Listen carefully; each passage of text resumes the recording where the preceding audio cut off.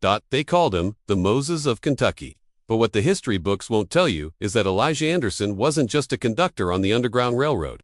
He was a black man born into slavery who somehow orchestrated one of the most sophisticated escape networks in American history, moving over 1,000 enslaved people to freedom before his mysterious death in a Kentucky prison in 1857. The official records state he died of natural causes at age 47.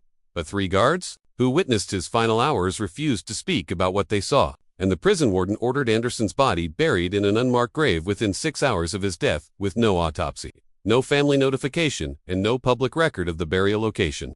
For over a century and a half, Anderson's story has been deliberately obscured, his methods kept secret, and the true circumstances of his final days hidden behind layers of destroyed documents and sealed testimonies. What you're about to hear is the result of years of research into fragmented court records, private letters, and testimonies that were never meant to see the light of day.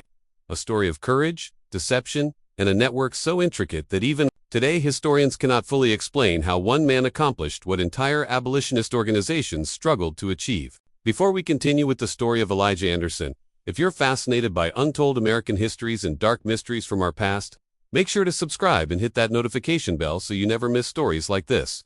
And I'd love to know. Leave a comment telling me what state or city you're listening from. Now, let's uncover the truth about the man they tried to erase from history. The story of Elijah Anderson begins not with his heroism, but with a mystery that surrounds even his birth, a mystery that would define everything that came after. Madison, Indiana in the 1830s was a river town caught between two worlds. Situated on the Ohio River's northern bank, it served as a crucial port where Kentucky tobacco and hemp crossed into free territory, where southern plantation owners conducted business with northern merchants, and where the invisible line between slavery and freedom was as real as the muddy water that separated the states. The town's population of nearly 3,000 souls included German immigrants who'd fled European upheaval, Irish laborers who worked the docks, Quaker families whose quiet abolitionism simmered beneath polite society, and a small but growing community of free black residents who lived under the constant shadow of kidnapping and re-enslavement. The Anderson family had arrived in Madison around 1835, though the circumstances of their arrival remain deliberately vague in the sparse records that mention them. Elijah Anderson appeared in the 1836 city directory as a free man of color, working as a stonecutter, a skilled trade that suggested education and training uncommon for someone of his background. He lived in a modest frame house on West 2nd Street in a neighborhood where free black families clustered together for mutual protection. His wife, whose name appears in records only as Sarah A., ran a small laundry business from their home, serving both white and black customers. What made Elijah Anderson unusual wasn't just his freedom or his skilled trade. It was the quiet authority he seemed to command among Madison's black community. Men and women sought his counsel on matters, ranging from work disputes to family troubles. He could read and write with a fluency that surprised even educated whites who encountered him. And he possessed something else, something harder to define, an ability to move between worlds, to speak the language of rivermen and merchants, to understand the complex web of laws and customs that govern both free and enslaved black lives. In a border state, but there was something about Anderson's past that he never discussed, a shadow that followed him despite his free papers. Those who knew him best noticed how he never spoke of his childhood, how he deflected questions about where he'd learned his trade, how his eyes would harden whenever conversation turned to the slave markets across the river in Kentucky. Some whispered that his free papers were forgeries, that he was a runaway who'd somehow obtained documentation. Others claimed he'd been freed by a guilty master's deathbed, while a few suggested something darker, that he'd purchase his freedom with money earned through means he'd rather not disclose. The truth, as it would eventually emerge through fragments of testimony and coded letters, was more complex than any of the rumors suggested. In the spring of 1839, a series of events began that would transform Elijah Anderson from a skilled tradesman into something far more dangerous, a man who would challenge the entire institution of slavery through methods so effective that slave owners across Kentucky would eventually offer a combined reward of $1,500 for his capture. Dead or alive, it started with a knock on Anderson's door on a moonless night in April 1839. The temperature had dropped unexpectedly, and a cold rain fell steadily, turning Madison's unpaved streets into rivers of mud. Sarah answered the door to find a young black woman, no more than 17, soaked through and shivering violently. Her dress was torn, her feet bare and bleeding, and her eyes held a terror that needed no explanation. "Please," the girl whispered, glancing over her shoulder at the dark street. "Mr. Anderson," they said Mr. Anderson could help. Elijah appeared behind his wife, took one look at the girl, and pulled her inside without a word. He moved with practiced efficiency, as if he'd done this before, though no one in Madison had ever seen evidence of such activity. Sarah brought blankets and hot coffee, while Elijah examined the girl's feet, which were cut deep from running through forests. Underground, they'd crossed the river somehow, swimming in the dark, and made her way to Madison. Following directions she'd memorized, directions that had somehow included Elijah Anderson's name and address. The girl's name was Hannah, and she'd escaped from a tobacco plantation 15 miles south of Louisville. Her master had recently died, and his son had decided to sell off the estate slaves to settle debts. Hannah had overheard herself being described to a slave trader from New Orleans, a man known for supplying the brutal sugar plantations of Louisiana. She'd been given a choice between a living death in the Deep South or taking her chances in the river. But Hannah told the Andersons that night would have been unremarkable. Another escape story among thousands, except for one detail that changed everything.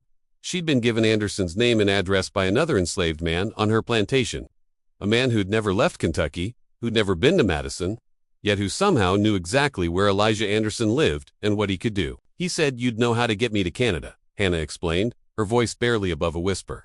"He said you'd done it for others. He said you were the Moses of Kentucky, that you could lead people out of bondage." Elijah's face revealed nothing, but Sarah's sharp intake of breath suggested this wasn't the first time they'd heard such things. For a long moment, Anderson simply stared at the girl, as if calculating risks and possibilities. Then he stood, walked to a small desk in the corner of the room, and pulled out a sheet of paper and a pencil. "Tell me everything you remember about the plantation," he said. "Every building, every road, every person who might have helped you. And tell me exactly what this man said to you, word for word." What emerged over the next 2 hours was evidence of something that shouldn't have existed: a communication network among enslaved people across Kentucky, a secure for passing information about escape routes and safe houses, a web of connections that operated invisibly beneath the surface of plantation life. Hannah described how messages moved through a chain of trusted individuals: a field hand who delivered supplies to neighboring plantations, a blacksmith who traveled to repair tools, a preacher who held services for enslaved congregations, a lairess who collected and delivered clothing. Each person in the chain knew only the next link, never the full network, and each used coded language that sounded innocent to white ears, but carried specific meanings to those who understood. And at the center of this network, coordinating movements and providing resources, it was Elijah Anderson, a man who was supposed to be simply a stonecutter in a river town. The next morning, Hannah was gone. Neighbors who might have noticed anything unusual saw only Elijah Anderson leaving for work at dawn, carrying his tools, as always. But 3 days later, a notice appeared in the Louisville Daily Journal: a reward of $100 for the return of an escaped slave girl named Hannah, last seen near the Ohio River. The notice included a warning that anyone caught harboring or assisting the fugitive would be prosecuted to the full extent of the law.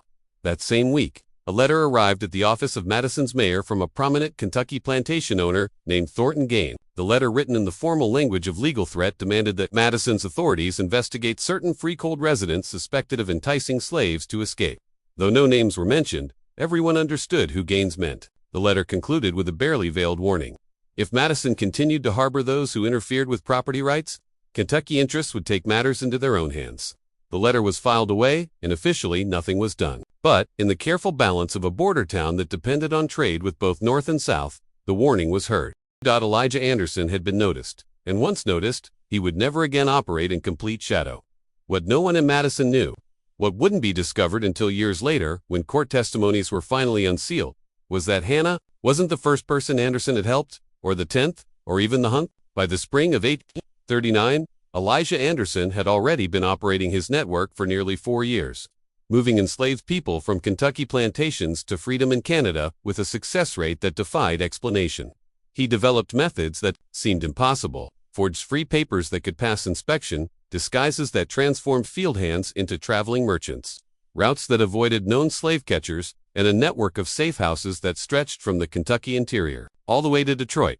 But how had he built such a network? How did a stonecutter in Madison, Indiana, develop the resources, connections, and knowledge to orchestrate escapes across hundreds of miles? And perhaps most mysteriously, how did enslaved people in Kentucky, people who couldn't read, who'd never traveled beyond their plantations, who lived under constant surveillance, learn about Elijah Anderson and how to reach him? The answers to these questions lay buried in Anderson's past and the years before he appeared in Madison, in a history he'd worked carefully to conceal. And as his network grew larger and more successful, As more enslaved people disappeared from Kentucky plantations, as rewards for his capture climbed higher. The pressure to uncover his secrets intensified. The investigation into Elijah Anderson's activities began quietly in the fall of 1839, initiated not by law enforcement, but by a private organization that few people knew existed. The Kentucky Association for the Protection of Property Rights had been formed 2 years earlier by a coalition of wealthy plantation owners who'd grown frustrated with the ineffectiveness of local authorities in stopping slave escapes. The association operated with substantial funds, employing private investigators, offering rewards, and maintaining a network of informants throughout the border states. Their interest in Anderson was sparked by a pattern that their meticulous record-keeping had revealed. Over the previous 3 years, 47 enslaved people had disappeared from plantations in a specific region of north-central Kentucky, a cluster of counties including Jefferson, Shelby, Franklin, and Woodford. This wasn't unusual in itself. Escapes happened regularly along the border. What was unusual was that none of these 47 people had been recaptured, not one. In an era when most escaped slaves were caught within days, when professional slave catchers operated with brutal efficiency, when rewards and punishments kept most enslaved people from even attempting escape, a 100% success rate was statistically impossible. The association hired a man named Marcus Webb to investigate. Webb was a former Pinkerton agent who'd made a reputation tracking down bank robbers and counterfeits. He approached the slave escape problem with the same methodical analysis he'd used in criminal investigations, collecting data, identifying patterns, and following evidence wherever it led. Webb's investigation file, which would later be entered as evidence in Anderson's trial, revealed the depth of his findings. He'd interviewed plantation owners, questioned captured runaways from other networks, examined forged free papers, and traced the movements of known abolitionists. What emerged was a picture of an operation far more sophisticated than anyone had imagined. Anderson's network, Webb discovered, operated on multiple levels. The first level consisted of stations, safe houses where fugitives could hide for a few hours or days. These weren't the homes of known abolitionists which were watched by authorities, but rather the residences of people who seemed to have no connection to anti-slavery activities. A German immigrant farmer who spoke little English, a widow who ran a boarding house, a merchant who traded in agricultural supplies. Webb identified at least 15 such stations between central Kentucky and the Canadian border, but he suspected there were many more he couldn't find. The second level was communication. Webb documented how information moved through the network using methods that left no written evidence. Messages were embedded in songs sung by enslaved people during work, in patterns of laundry hung out to dry, in the arrangement of stones along certain roads, in coded phrases used during church services. A hymn about crossing the river Jordan meant someone was planning an escape. A particular pattern of quilts on a clothesline indicated whether a safe house was currently secure. A stone quay with an odd number of rocks marked a trail to follow. The third level, and the most crucial, was documentation. Every escaped slave needed free papers to travel safely through free states where black people were required to prove their status. Anderson had somehow obtained access to authentic free paper forms, possibly stolen from county clerks' offices, and had learned to forge the signatures and seals that made them legitimate. Webb had examined several sets of papers carried by captured fugitives, and even he, with his experience in detecting forgeries, had to admit they were nearly perfect. But the fourth level was what truly baffled Webb: the financial resources. Moving people hundreds of miles required money for food, clothing, transportation, bribes. Webb estimated that Anderson's network must be spending at least $2,000 per year, an enormous sum for a stonecutter who earned perhaps $300 annually. Where was the money coming from? Webb's investigation led him to a surprising discovery. Elijah Anderson wasn't just helping slaves escape. He was running what amounted to a business. Wealthy free black families in the North, along with some white abolitionists, were paying Anderson to rescue specific individuals. Family members who'd been sold south, spouses separated by sale, children torn from parents. Anderson charged fees based on the difficulty of the rescue, with prices ranging from $50 to $500. He used this money to fund escapes for those who couldn't pay, creating a system where the wealthy subsidized the poor. This revelation transformed how authorities viewed Anderson. He wasn't just an idealistic abolitionist helping the occasional fugitive. He was operating a sophisticated profit-generating enterprise that threatened the entire economic foundation of slavery. If enslaved people knew they could be rescued for a price, if free black families could purchase escapes rather than accept permanent separation, if the system of slavery could be undermined through organized resistance rather than individual acts of desperation, Then, the institution itself was at risk. In December 1840, Marcus Webb submitted his final report to the Kentucky Association for the Protection of Property Rights. The report concluded with a recommendation. Elijah Anderson must be captured and prosecuted, not just for helping fugitive slaves, but for conspiracy to deprive citizens of their property, for forgery, for operating a criminal enterprise across state lines. The association agreed and authorized Webb to coordinate with Kentucky law enforcement to build a legal case that could result in Anderson's arrest and conviction. But there was a problem. Anderson lived in Indiana, a free state where helping fugitive slaves wasn't a crime under state law. Federal fugitive slave laws existed, but they were difficult to enforce and required proof that Anderson had physically entered Kentucky to entice slaves to escape. Without such proof, Indiana authorities wouldn't cooperate with an arrest warrant. Webb needed evidence that Anderson had crossed into Kentucky, that he'd made direct contact with enslaved people, that he'd actively encouraged and facilitated escapes rather than simply helping those who arrived at his door. And to get that evidence, Webb would need to do something risky. He'd need to infiltrate Anderson's network. The plan Webb devised was simple, but dangerous. He would pose as a plantation owner's agent, seeking to hire Anderson to rescue a specific enslaved woman, Webb's own supposed wife who'd been sold south after their owner's death. Webb would offer to pay Anderson's fee, follow him into Kentucky if possible, and document his methods. If Anderson took the bait, Webb would have the evidence needed for prosecution. In February 1841, Marcus Webb, posing as a free black man named Samuel Wright, made contact with Elijah Anderson in Madison, Indiana. What happened during their meetings would remain disputed for years, with each man telling a different version of events. But the consequences of their encounter would change everything, not just for Anderson, but for the hundreds of people whose freedom depended on his network.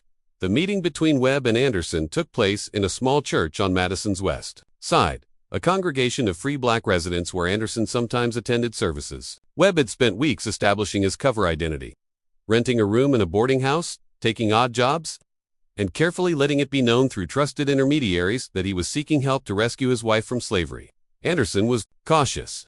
He didn't approach Webb directly, but sent intermediaries to ask questions, to probe for inconsistencies in his story, to test whether he might be an informant. Webb had prepared well, creating a detailed backstory complete with names, dates, and locations that could be verified.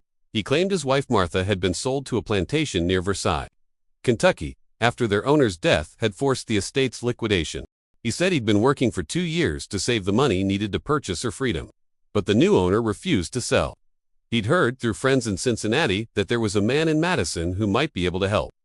After 3 weeks of careful vetting, Anderson finally agreed to meet with Webb personally. They sat in the church's small back room on a cold March evening with only a single candle providing light. Anderson's first words were a warning. "If you're not who you say you are," Anderson said quietly, "if you're working for slave catchers or the association, you should know that I've been threatened before. I've had men try to trap me, to follow me, to gather evidence against me. They've all failed.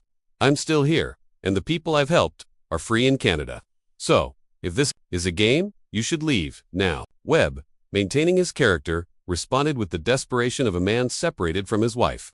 He provided details about Martha, about their life together, about his determination to free her regardless of the cost. He offered to pay Anderson $300, a substantial sum that suggested both genuine need and significant resources. Anderson listened without expression, then asked a question that revealed the depth of his operation's sophistication. "How do I know? Your wife wants to be rescued." The question caught Webb off guard. In all his preparation, he hadn't considered that Anderson would care about the wishes of the enslaved person. Most abolitionists assumed all enslaved people wanted freedom. But Anderson was asking something more nuanced. Did this specific woman want to risk her life in an escape attempt? Did she know her husband was trying to rescue her? Had she agreed to the plan? Webb improvised, claiming he'd managed to send a message through a traveling preacher, that Martha knew he was working to free her, that she was waiting for an opportunity. Anderson seemed satisfied with this answer, but he imposed a condition. Before he would agree to help, he needed to verify that Martha existed, that she was where Webb claimed, and that she genuinely wanted to escape. "I don't move people who don't want to be moved," Anderson explained. "I don't separate families unless they choose separation, and I don't risk my network on situations I haven't personally verified. If your wife is real and wants freedom, I'll help you. But first, I need to confirm your story." This presented Webb with a dilemma. He'd invented Martha entirely. There was no enslaved woman waiting to be rescued. If Anderson investigated and found no one matching Webb's description, his cover would be blown. But if Webb backed out now, he'd lose his chance to gather evidence.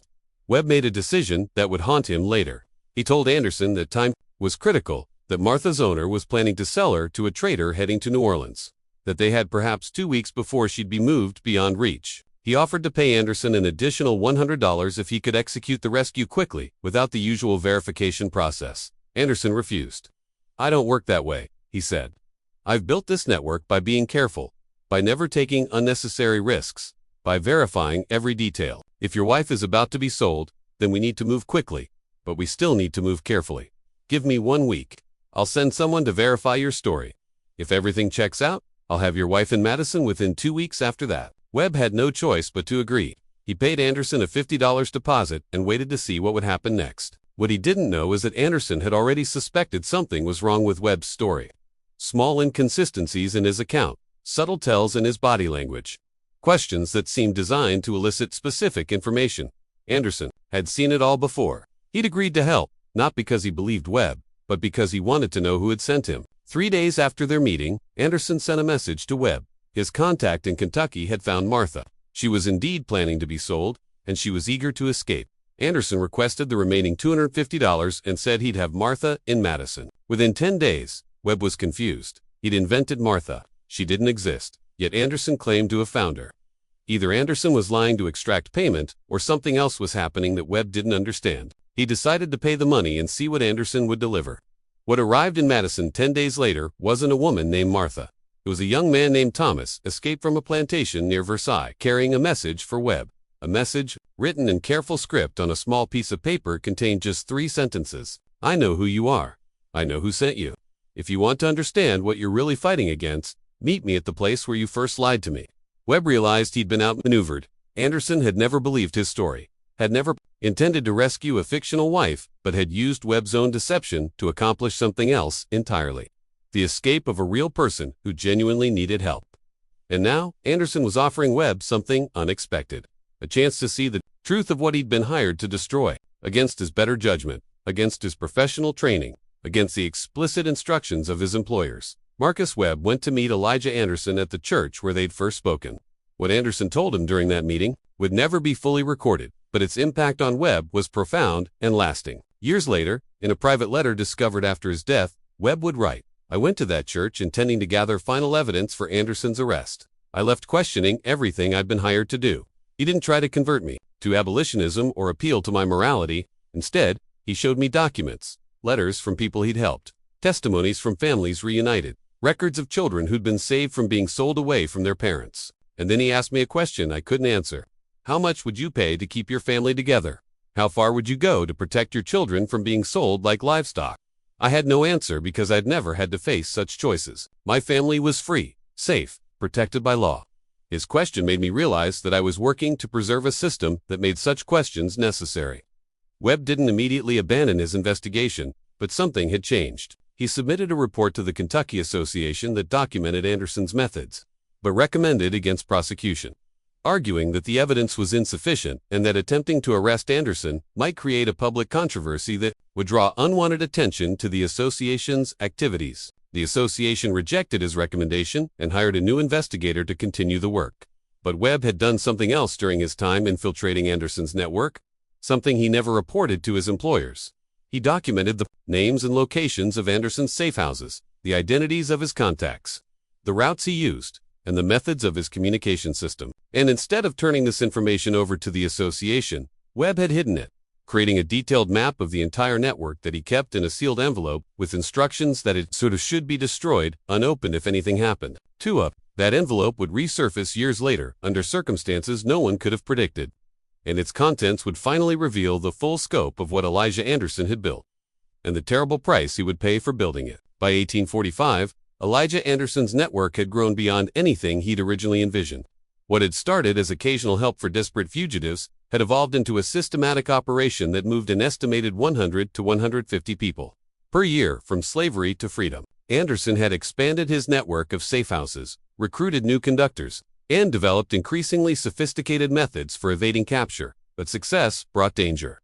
As more enslaved people disappeared from Kentucky plantations, as financial losses mounted for slave owners, as Anderson's reputation spread throughout both enslaved and free black communities, The pressure to stop him intensified. The reward for his capture had grown to $1,500. Enough money to tempt even those who might otherwise sympathize with his cause. Anderson knew he was being hunted. He'd survived multiple attempts to capture him, including an incident in 1843, when slave catchers had crossed into Indiana and tried to kidnap him from his home. Only the intervention of Madison's free black community, who'd surrounded his house armed with clubs and farming tools, had prevented his capture. The incident had created a diplomatic crisis between Indiana and Kentucky, with Kentucky's governor demanding that Indiana authorities arrest Anderson for inciting violence, and Indiana's governor refusing on the grounds that Anderson had been the victim of an illegal kidnapping attempt. The incident had also revealed something important. Anderson had allies in Madison who were willing to risk their own safety to protect him. The free black community understood that if Anderson could be kidnapped with impunity, none of them were safe. White abolitionists, including several prominent Quaker families, had also begun providing financial support and legal assistance. Anderson was no longer operating alone. He'd become the center of a broader resistance movement, but this visibility came with costs. Anderson's wife, Sarah, had grown increasingly fearful for their safety. They'd received threatening letters, found their property vandalized, and endured constant surveillance from suspicious neighbors and visiting Coochie. In 1844, Sarah had given birth to their first child, a daughter they named Mary, and the responsibility of protecting his family weighed heavily on Anderson. In the spring of 1846, Anderson made a decision that would prove fateful. He decided to expand his operations directly into Kentucky, establishing safe houses south of the Ohio River, where fugitives could hide before making the dangerous river crossing. This was an enormous risk. If caught in Kentucky, Anderson would be subject to that state's laws, which imposed severe penalties for helping enslaved people escape. Anderson recruited a network of contacts in Kentucky. Free black people, sympathetic, poor whites, and even a few enslaved people who were willing to risk punishment to help others. He began making regular trips across the river, sometimes disguised as a traveling merchant, sometimes as a laborer seeking work, sometimes simply moving at night through forests and back roads that he'd memorized. It was during one of these trips in July 1846 that Anderson encountered a situation that would test everything he'd built. He'd been contacted by a free black minister in Lexington named Reverend James Harper, who'd received a desperate plea from a woman named Elizabeth. Elizabeth was enslaved on a large plantation near Frankfort, and her owner had recently died. The estate was being liquidated, and Elizabeth, along with her 3 children, was scheduled to be sold at auction in 2 weeks. Elizabeth's husband had been sold to a plantation in Mississippi 3 years earlier. She would never see him again, but she was determined that her children wouldn't suffer the same fate. She wanted Anderson to help them escape before the auction. The situation was complicated by several factors. The plantation was heavily guarded, aware that enslaved people might try to escape before the sale. Elizabeth's children were young, ages 5, 7, and 9. Which would make traveling difficult, and the auction was being heavily advertised, which meant slave traders from across the South would be in Frankfort, making the town dangerous for any black person without ironclad documentation. Anderson spent 3 days surveying the plantation, studying the guards' routines, identifying possible escape routes, and making contact with Elizabeth through intermediaries.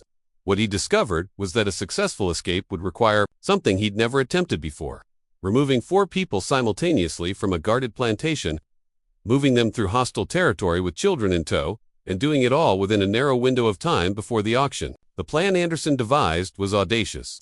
On the night before the auction, when guards would be most relaxed, assuming no one would try to escape so close to the sale, Anderson would create a diversion on one side of the plantation, while Elizabeth and her children slipped away from the other side. They'd traveled to a safe house 5 miles away, hide there during the day, then move at night through a series of stations until they reached the Ohio River.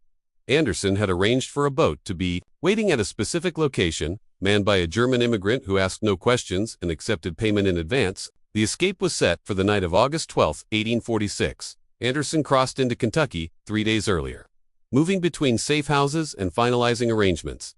Everything was in place. The diversion was planned. The route was clear. The boat was ready, but on August 11th, something went wrong. One of Anderson's contacts in Frankfort, a free black man who worked as a stable hand, was arrested on suspicion of helping slaves escape. Under interrogation, which in Kentucky meant brutal physical coercion, the man revealed that something was planned for the plantation near Frankfort. Though he didn't know the details, authorities immediately increased security at all plantations. In the area where auctions were scheduled, Anderson learned about the arrest through his network, but by then, it was too late to call off the escape. Elizabeth and her children were expecting him. They'd already made their own preparations, saying goodbyes to people they'd never see again, gathering what few possessions they could carry. If Anderson didn't come, they'd be sold at auction the next day. Scattered to different buyers, their family destroyed forever. Anderson made a choice that revealed the depth of his commitment. He decided to proceed with the escape despite the increased danger, but he would modify the plan to account for the heightened security. Instead of creating a diversion, which might now be expected, he would rely on stealth and timing. And instead of using the planned route, which might be watched, he would take Elizabeth and her children through a more dangerous path, directly through Frankfurt itself, hiding in plain sight among the crowds gathered for the auction. On the night of August 12th, Elijah Anderson entered the plantation near Frankfurt. What happened during the next 12 hours would become the subject of legend, testimony, and dispute. Multiple versions of the story would emerge, each differing in details, but agreeing on the essential facts. Anderson successfully removed Elizabeth and her 3 children from the plantation, moved them through Frankfurt during the chaos of auction day, and transported them across the Ohio River to freedom. But the escape came at a cost. During the journey through Frankfurt, Anderson was spotted by a slave trader who recognized him from wanted posters. The trader alerted authorities, and a pursuit began.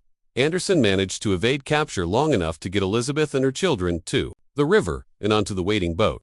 But in doing so, he revealed his face, his methods, and his presence in Kentucky to dozens of witnesses. For the first time in his career, Elijah Anderson had been positively identified operating in Kentucky. Warrants were issued for his arrest. His description was circulated throughout the state, and the Kentucky Association for the Protection of Property Rights, which had been trying to capture him for years, finally had the evidence they needed to pursue him across state lines. Anderson made it back to Madison, but he knew his situation had changed fundamentally. He could no longer operate with the relative anonymity that had protected him. His face was known, his methods were understood, and powerful forces were determined to stop him.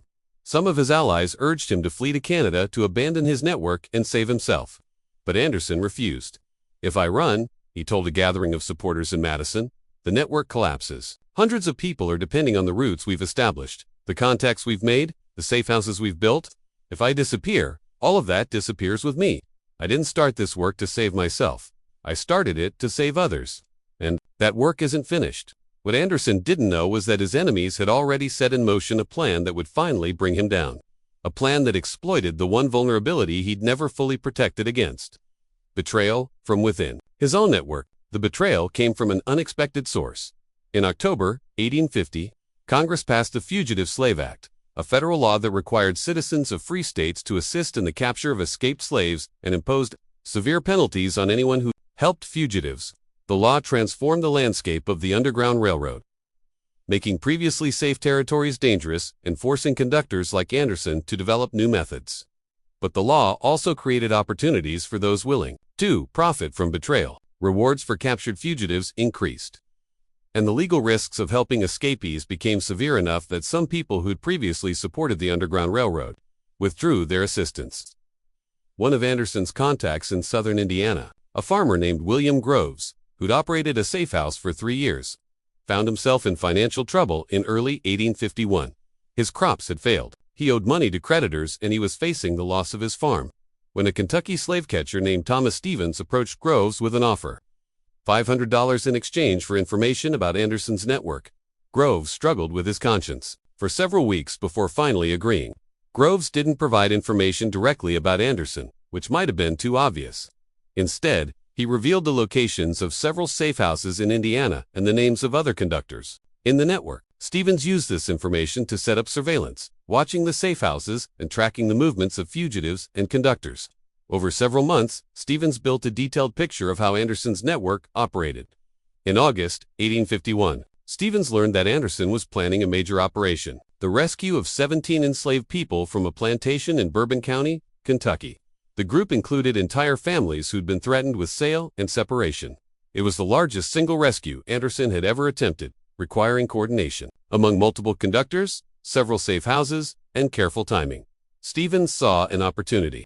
If he could catch Anderson in Kentucky with 17 fugitive slaves, the evidence would be overwhelming. Anderson could be prosecuted under Kentucky law, convicted, and imprisoned, effectively ending his network's operations. Stevens coordinated with Kentucky authorities and slave catchers, setting up a trap. The rescue was planned for the night of September 20, 1851. Anderson crossed into Kentucky with 2 other conductors, intending to move the 17 people in 3 groups along different routes to minimize risk. But Stevens had positioned men along all the likely routes, waiting for Anderson to reveal himself. The trap was sprung near the town of Paris, Kentucky, as Anderson's group was moving through a wooded area toward a safe house. Stevens and 6 other men, including local law enforcement, surrounded the group. Anderson tried to flee, but he was captured after a brief chase. The 17 fugitives were also captured and returned to their owners. Anderson was taken to the Bourbon County Jail in Paris, where he was charged with multiple counts of slave stealing, conspiracy, and violation of Kentucky law. The charges carried potential sentences totaling over 40 years in prison. His trial was scheduled for November 1851. News of Anderson's capture spread quickly through abolitionist networks. Supporters in Indiana and Ohio raised money for his legal defense. Newspapers in the North published articles about his case, portraying him as a hero, fighting against an unjust system. But in Kentucky, public opinion was firmly against him. He was seen as a criminal who'd stolen valuable property and encouraged slave rebellion. Anderson's trial lasted 3 days. The prosecution presented overwhelming evidence. Testimony from slave owners whose property had disappeared, testimony from the 17 captured fugitives who confirmed Anderson had helped them, testimony from William Groves about the network's operations, and testimony from Thomas Stevens about Anderson's activities. In Kentucky, Anderson's defense attorney, a young lawyer from Cincinnati named Robert Hayes, who'd volunteered to take the case, argued that Anderson had acted from moral conviction, that the laws he'd violated were themselves unjust, and that helping people escape from slavery was not a crime, but a humanitarian act. The jury, composed entirely of white Kentucky men, many of them slave owners, deliberated for less than 2 hours before returning a guilty verdict on all counts. At his sentencing hearing on November 18, 1851, Anderson was given an opportunity to speak. What he said would be recorded by a court stenographer and later published in abolitionist newspapers throughout the North. "I stand before you convicted of crimes against the laws of Kentucky," Anderson said, "but I am guilty of no crime against the laws of God or the principles of humanity. I have helped men, women, and children escape from bondage. I have reunited families torn apart by sale. I have given hope to people who had no hope. If these actions are crimes in Kentucky, then I am proud to be a criminal. But I believe that history will judge me more kindly than this court has done. I believe that future generations will look back on this trial and ask not why I did what I did, but why anyone thought it was wrong." The judge, unmoved by Anderson's speech, sentenced him to 20 years in the Kentucky State Penitentiary in Frankfort. Anderson was 41 years old. If he served his full sentence, he would be 61 when released. If he survived at all, Anderson was transferred to the penitentiary in December 1851. The prison was a brutal place where inmates worked long hours in harsh conditions, where disease was common, and where discipline was enforced through physical punishment. Anderson was assigned to work in the prison's hemp factory, where inmates processed raw hemp into rope and cloth, breathing toxic dust and working with dangerous machinery. For the first few years of his imprisonment, Anderson maintained hope. He received letters from supporters, learned that his wife Sarah and daughter Mary were safe in Madison, and heard that his network, though damaged by his capture, was still operating under new leadership. But as years passed, as his health deteriorated from the harsh prison conditions, as the possibility of pardon or early release faded, Anderson's hope began to dim. In 1856, Anderson developed a persistent cough that prison doctors diagnosed as consumption tuberculosis. The disease was common in the prison's overcrowded, poorly ventilated conditions, and treatment was minimal. Anderson's health declined rapidly over the following months. By the summer of 1857, he was too weak to work and was confined to the prison's hospital ward. It was during these final months that something strange began to happen, something that would fuel speculation and mystery for generations. Anderson began receiving visits from people who shouldn't have had access to him. Free black people from Frankfort, white abolitionists from the North, and even, according to some accounts, formerly enslaved people he'd helped escape years earlier. How these visitors gained access to a maximum security prisoner was never explained. Prison records from this period are incomplete, with several pages missing from the visitor logs. What these visitors discussed with Anderson was never recorded, but guards who witnessed the meetings reported that Anderson seemed to be giving instructions, sharing information, and coordinating activities even from his deathbed. One guard later testified that he'd seen Anderson hand a small package to a visitor, though he couldn't say what the package contained. On the morning of October 30, 1857, Elijah Anderson died in the Kentucky State Penitentiary. He was 47 years old. The official cause of death was listed as consumption, which was certainly true. But 3 guards who'd been on duty that night later reported strange circumstances surrounding his death, according to their accounts. Anderson had been unconscious for most of the previous day, barely breathing, clearly near death. But around midnight, he'd suddenly awakened, alert and lucid. He'd asked for water, drunk it slowly, and then spoken to the guards in a clear, strong voice that seemed impossible for a dying man. One guard reported that Anderson had said, "Tell them the map is complete. Tell them the routes are marked. Tell them the work continues." The guards had no idea what Anderson meant, but they were disturbed by his sudden lucidity and the intensity of his gaze. Then, just as suddenly, Anderson had closed his eyes and stopped breathing. He died without struggle, without pain, as if he'd simply decided it was time. The prison warden, a man named Charles Whitfield, ordered Anderson's body buried immediately within 6 hours of his death. No autopsy was performed. No family was notified, and no public announcement was made. Anderson was buried in an unmarked grave in the prison cemetery, and the location of that grave was never recorded in official documents. Why the rush to bury Anderson? Why the secrecy? Warden Whitfield never explained his decision. But years later, a letter he'd written to the Kentucky Association for the Protection of Property Rights was discovered in private archives. The letter, dated November 1, 1857, contained a single paragraph. "The prisoner Anderson is dead and buried. I have followed your instructions regarding disposal of the body and destruction of certain materials found in his cell. The matter is concluded." What materials were found in Anderson's cell? What instructions had the association given? And why did they want Anderson's burial kept secret? These questions would remain unanswered for decades until the discovery of Marcus Webb's sealed envelope finally revealed the truth. The envelope surfaced in 1889, 32 years after Anderson's death. When Marcus Webb's estate was being settled after his death in Chicago, Webb had become a successful businessman after leaving his work as an investigator, and his personal papers included the sealed envelope he'd created in 1841, with instructions that it should be opened only after his death. Webb's executive, following the instructions, opened the envelope and found 2 documents inside. The first was the detailed map of Anderson's network that Webb had created during his infiltration, a document that showed safe houses, routes, contacts, and methods spanning from Kentucky to Canada. The second was a letter Webb had written explaining why he'd hidden the map rather than turning it over to his employers. In the letter, Webb described his meeting with Anderson in 18, the questions Anderson had asked him, and the realization that had changed his perspective. But the letter also contained information Webb had discovered years later. Information that explained the mystery of Anderson's final days and the secrecy surrounding his burial. According to Webb's letter, Anderson had spent his years in prison doing something remarkable. He'd been documenting his entire network, creating a comprehensive guide that would allow others to continue his work. Using smuggled paper and ink, working in secret during his rare moments of privacy, Anderson had drawn maps, written instructions, and recorded the names and locations of every contact in his network. He'd created a manual for the Underground Railroad, a document that contained everything he'd learned during 15 years of operations. Anderson had known he was dying. He'd known he wouldn't leave prison alive, but he'd been determined that his network wouldn't die with him. The visitors who'd come to see him in his final months had been couriers, collecting pieces of the manual, smuggling them out of the prison, and distributing them to conductors throughout the North. The package Anderson had handed to a visitor, which the guard had witnessed but couldn't identify, had been the final section of the manual.